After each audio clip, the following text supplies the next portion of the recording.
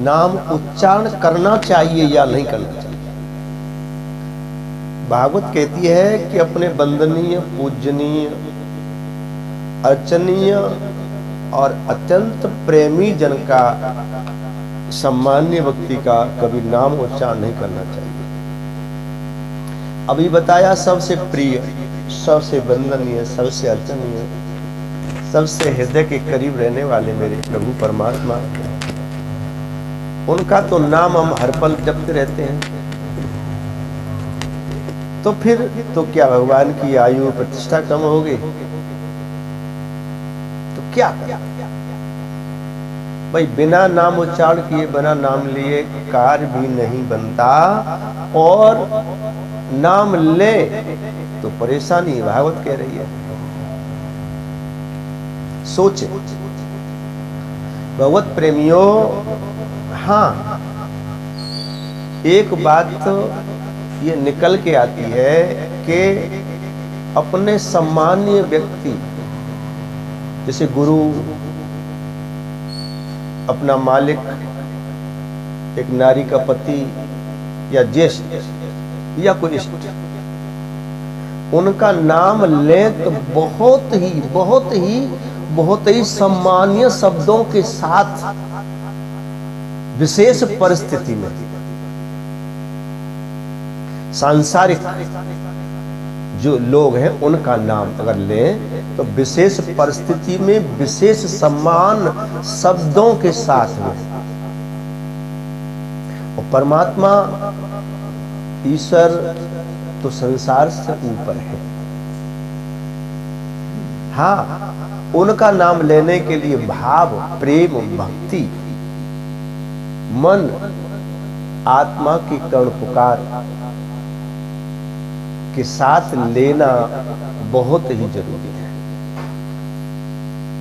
अगर हम सम्मान के रूप में और विशेष परिस्थिति में हम बड़ों का नाम सम्मान के साथ लेते हैं तो न आयु घटेगी, न उनकी कोई संभता प्रसिद्धि पर कोई किसी प्रकार की आंच नहीं आएगी।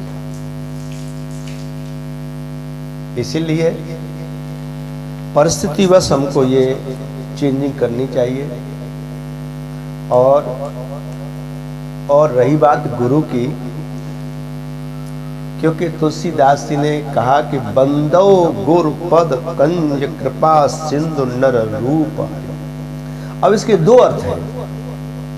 तुलसीदास ने वंदना करी है गुरु के चरण कमलों की।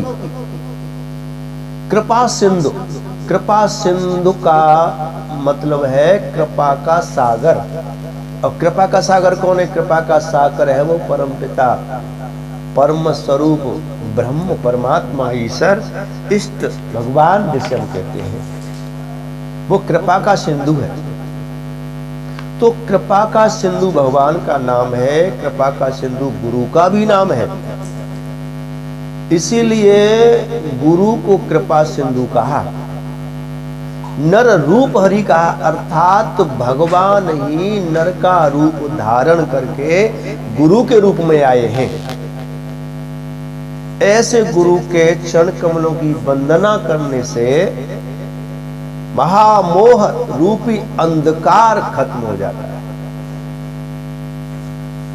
तो इस तरह से अपने बड़े श्रेष्ठ लोगों का नाम हम सम्मान्य शब्दों के साथ में उच्चारण कर सकते हैं, या फिर उनकी लीला, उनकी कला, उनकी प्रसिद्धि का गुणगान करें।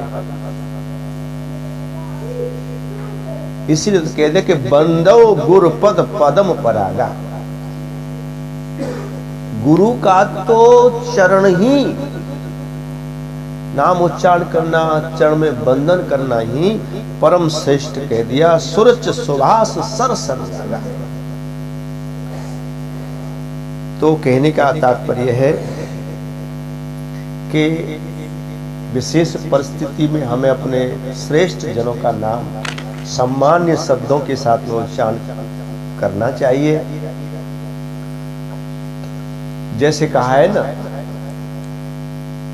कि भगवान श्री कृष्ण कहते हैं कि राधा कृष्ण कह रे, राधा कृष्ण कह रे। और श्री राधा जी क्या कह रही हैं कि कृष्ण कहे राधा मत कह रे।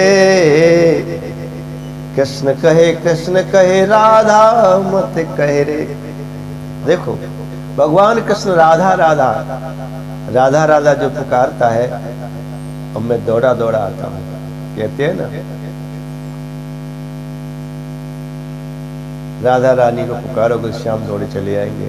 वो गाना तो आपने सुना होगा, चले आएंगे बिहारी, राधे राधे जपो चले आएंगे बिहारी। तो यहां एक दूसरे को बड़प्पन दे रहे हैं। अभी किसी ने पूछा कि राधा का पूर्व जन्म क्या है। हमने कि राधा का कोई पूर्व जन्म नहीं है, राधा तो स्वयं कृष्ण ही है। कृष्ण का ही वांगमय स्वरूप, कृष्ण का ही एक अलग से स्वरूप, दिव्य स्वरूप, प्रकृति का स्वरूप, शक्ति का स्वरूप, आराध्या का स्वरूप और महादेवी का स्वरूप ही राधा है, जो स्वयं और भगवान कृष्ण ने अपने अंग से प्रकट किया। तो राधा वही है, कृष्ण वही है, दोनों में जरा भी अंतर नहीं है। तो इसलिए नाम से ज्यादा उनके गुण कर्म लीलाओं का बखान किया जाए, उनकी महत्ताओं का प्रचार प्रसार गाया जाए तो ये अति उत्तम है। और विशिष्ट स्थिति में हम नाम और ले सकते हैं। बोलिए आनंद कंद भगवान की जय। अब दूसरे किसी प्रश्न के लिए और प्रयास करेंगे।